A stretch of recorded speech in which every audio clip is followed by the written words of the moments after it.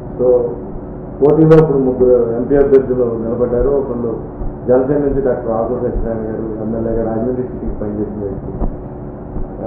మాగంటి రూప ఆవిడ కూడా మురళీమోహన్ గారి కోడలుగా వచ్చారు రాజకీయాలు. మార్గాని భరత్ ఒక సినిమా యాక్టర్గా పరిచయం అయ్యి తర్వాత ఇప్పుడు రాజకీయాల్లో ఆసక్తి చూపించారు. ముగ్గురులో ఎవరిని ఎలా ఎంపిక చేసుకోవాలని ఓటర్లకు మీరు ఖచ్చితంగా అనుభవం, క్యాండిడేచర్, అభ్యర్థిత్వం చూసుకుంటే డాక్టర్ ఆకుల సత్యనారాయణ గారు అంటే నన్ను సపోర్ట్ చేశారని కాదు, అందరికీ తెలుసు ఎంత నిజాయితీ. ఎస్, డాక్టర్ ఆకుల సత్యనారాయణ గారు లాంటి వ్యక్తి పార్లమెంట్లో అడుగుపెట్టి ఆయన ప్రశ్నిస్తే ఆ తీరే వేరు, ఆ వైబ్రేషన్స్ పార్లమెంట్లో మిగతా సభ్యుల మీద కూడా పడతాయి. పార్లమెంట్లో అంత చర్చకి అవకాశం ఉండే పరిస్థితి అయితే కనిపిస్తున్నాయి. పార్లమెంట్ కూడా ఒక తరహాగా మారిపోయిన వాతావరణం అసెంబ్లీలో. లేదండి, ఇలాంటి వాళ్ళంటే ఎంటర్ అయితే ఖచ్చితంగా వాళ్ళ మార్పు ఉంటుంది. డెఫినెట్గా ఒక మంచి పార్లమెంటేరియన్కి మనం రాజమండ్రి నుంచి పంపించిన వాళ్ళం. అలాగే రాజమండ్రిలో ఇప్పుడు ముగ్గురు అభ్యర్థులు ఎమ్మెల్యేలుగా పోటీ చేస్తున్న మూడు పార్టీలు, ప్రధానమైన పార్టీ పోటీ చేసే వాళ్ళు చాలా మంది ఉన్నారు. ఎంపీ కావచ్చు, జనంలో నాంతున్న ముగ్గురు పేర్లు. ఈ ముగ్గురులో జనసేన నుంచి అనుశ్రీ సత్యనారాయణ గారు, తెలుగుదేశం పార్టీ నుంచి ఆదిరెడ్డి భవన్ గారు, అదేవిధంగా వైసీపీ నుంచి రోజు సూర్యప్రకాష్. వీళ్ళల్లో ఎలా ఎంపిక చేసుకోవాలో ఒక ఓటర్గా చెప్పండి, తర్వాత రాజకీయ పార్టీ వ్యక్తిగా మీరు ఎలాగే చెప్పండి. ఓటర్గా అంటే ఆల్రెడీ 2 సార్లు ఆయన పనిచేశారు. బాగా సంతృప్తి చెందిన వాళ్ళు ఆయనకి ఓటేద్దాం అనుకుంటారు. అయితే కొంత అసంతృప్తి కూడా ఉంటుంది, ఆయన పార్టీలోనే కొంతవరకు అసంతృప్తి ఉంటుంది. అలాగే కొత్త తరం వాళ్ళని చూద్దామని కొత్త తరం ఓటర్లు అనుకుంటారు. ఆయన అంటే తెలియని వాళ్ళు ఉంటారు కదా, కొత్తగా ఓట్లు వచ్చిన వాళ్ళు కానీ వీళ్ళందరూ. అలాగే మహిళకి ఇద్దాం, ఆల్రెడీ ఒక ఫ్యామిలీలో ఉన్న పరిచయాలు ఇవన్నీ కూడా పార్టీ క్యాడర్ ఆయన ఎంతో కాలం నుంచి భుజం మీద మోస్తున్నారు కాబట్టి అటువైపు వాళ్ళంతా కూడా ఆవిడికి వేద్దామని అనుకుంటారు.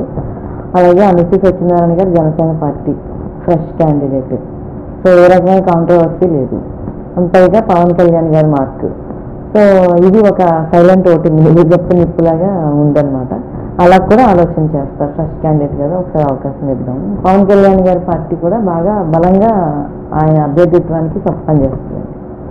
ఈ మూడు పార్టీల్లో అంటే మిగతా ఉన్న ప్రత్యర్థులు 2 పార్టీలు ఏది ఎవరు ప్రధాన ప్రత్యర్థిగా మీరు భావిస్తారు? జనసేనకి వైసీపీతో పోటీ ఉంటుందండి. కొన్ని చోట్ల ఇక్కడైతే కనుక త్రిముఖ పోటీ, రాజమండ్రి సిటీకి త్రిముఖ పోటీ. సో ఎన్ని స్థానాలు జనసేన జిల్లాలో సాధించే అవకాశాలు ఉన్నాయని మీరు అంచనా వేస్తున్నారు? 30+ పైనే జిల్లాలో ఉంటారు. జిల్లాలో ఒక 7 వరకు రావచ్చు. స్టేట్ వైడ్ 30 పైన రావచ్చు. అంటే ఇప్పుడు పవన్ కళ్యాణ్ గారు వచ్చిన తర్వాత ఓటర్ యొక్క పల్స్ పట్టుకోలేకపోతున్నామండి, 30 పైన వస్తాయి.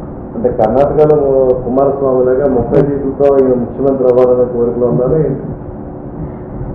అందరూ అనుకుంటారు, పార్టీ అభిమానులు అందరూ. ముఖ్యమంత్రి కీలకమైన పాత్ర పోషిస్తారని మాత్రం అనుకుంటున్నాను. కీలకమైన పాత్ర.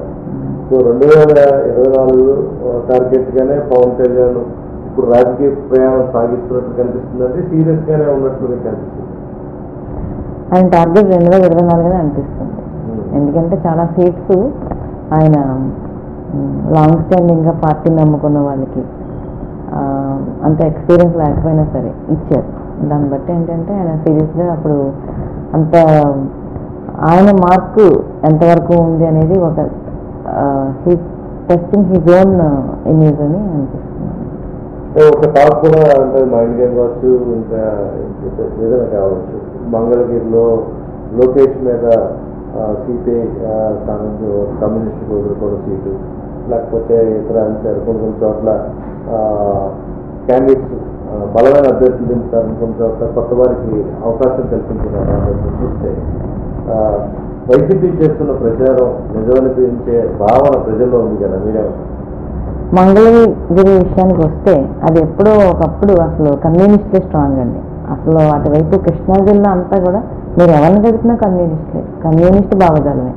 మరి అలాంటి కమ్యూనిస్టులతో పొత్తు పెట్టుకుని టికెట్లు ఇచ్చి బయట నుంచి సపోర్ట్ చేస్తారు. ఎప్పుడైనా కాంగ్రెస్ పార్టీ కానీ తెలుగుదేశం పార్టీ కానీ అసలు బయట నుంచి సపోర్ట్ తీసుకుంది కానీ టికెట్లు ఇవ్వలేదు. మరి టికెట్లు ఇచ్చినప్పుడు మంగళగిరిలో ఇవ్వకపోతే ఇంకెలాగండి? అసలు మంగళగిరిలోనే కదా కమ్యూనిస్ట్ ఆయువు పట్టు. అసలు అక్కడ ఇవ్వడంలో అది తప్పుపట్టవలసిన అవసరం లేదు, చరిత్ర తెలియకపోతే. అసలు కమ్యూనిస్టులు అందరూ మన స్టేట్లో అక్కడే కదా ఆర్జినంతా కూడా.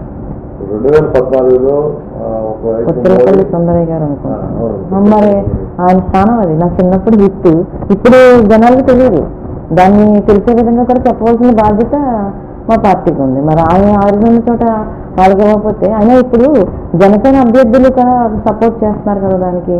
ఒక్క కమ్యూనిస్ట్ పార్టీకి ఇచ్చి జనసేన వాళ్ళు ఎవరు ఓట్ చేయకుండా ఉంటే జనసేన పెట్టింది కదండి. ఇది జనసేన కమ్యూనిస్ట్, అలాంటప్పుడు రెండు కలుస్తున్నాయి. ఇంకా సిపిఎం 2014లో పవన్ కళ్యాణ్ తెలుగుదేశం పార్టీని సపోర్ట్ చేశారు, భారతీయ జనతా పార్టీ సపోర్ట్ చేశారు. 2019 వచ్చేటప్పటికి పూర్తిగా వాతావరణం మారిపోయింది.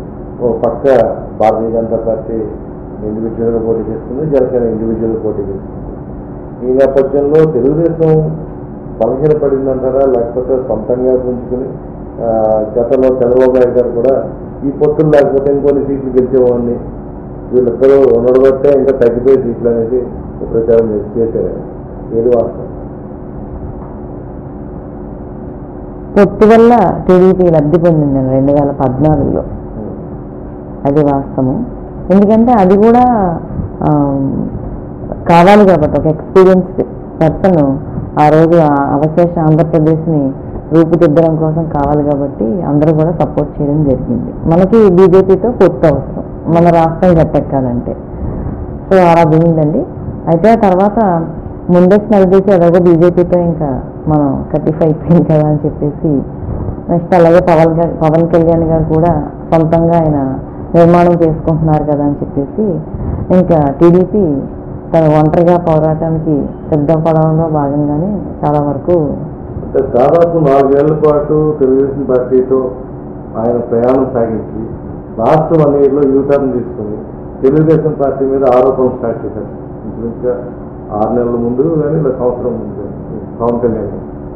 అంటే దీన్ని ఏ విధంగా అర్థం చేసుకోవాలి? ప్రభుత్వ వ్యతిరేక ఓటు చేయి వైఎస్ జగన్ అధికారంలోకి రాకుండా ఇది ఒక వ్యూహం ప్రకారం చంద్రబాబు పవన్ మధ్య అండర్స్టాండింగ్ అనుకుంటున్నారా, లేదంటే పవన్ కళ్యాణ్ గారు సుదీర్ఘ లక్ష్యానికి అనుగుణంగా ముందుకు వెళ్లే పరిస్థితుల్లోనే విడిపోయారు?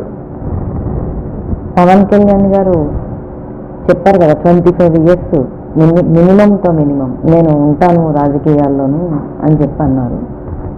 ఆ లక్ష్యంలో భాగంగానే ఆయన వేరుపడడం జరిగింది. కొన్ని అసంతృప్తులు ఉన్నాయి. ఎలాగైతే తెలుగుదేశంకి బీజేపీతో అసంతృప్తి ఉందో అలాగే పవన్ కళ్యాణ్ గారికి బీజేపీ మీద తెలుగుదేశం మీద అసంతృప్తి ఉంది. నేను వారితో కలిశాను, నాకు కలిసి రాలేదు. ముఖ్యంగా స్పెషల్ స్టేటస్ తీసుకురావడంలో నాకు కలిసి రాలేదు అనే అసంతృప్తి ఆయనలో ఉంది. ఇప్పుడు సామాజిక న్యాయం అనేది ఒక స్లోగన్ గాను ఒక ప్లే కార్డ్ గాను మిగులుతున్నాయి అన్ని రాజకీయ పార్టీలు. సామాజిక న్యాయం భవిష్యత్ కన్ఫ్యూజ్ మేరలు కానీ కనిపిస్తుంది, అన్ని కులాలకి సమాన ప్రాతినిధ్యం కానీ రాజకీయ ప్రాధాన్యత కానీ కల్పించే అవకాశాలు అనేది కనిపిస్తుంది. పైకి చెప్పేది ఒకటి, రాజకీయ పార్టీలు చేసేది ఒకటి.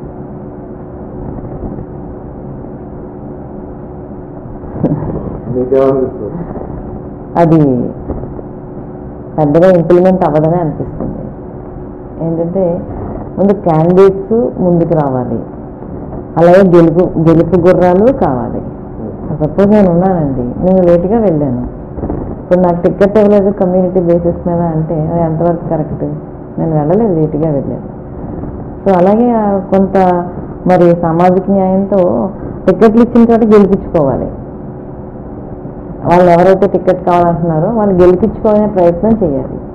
ఆ గెలిపించుకునే ప్రయత్నం కూడా గట్టిగా చేస్తే అప్పుడు సామాజిక న్యాయం మరి ఇవ్వాలనే మనసు కూడా అధినేతలకు ఉండాలి. అది ఉండట్లేదు చాలాసార్లు.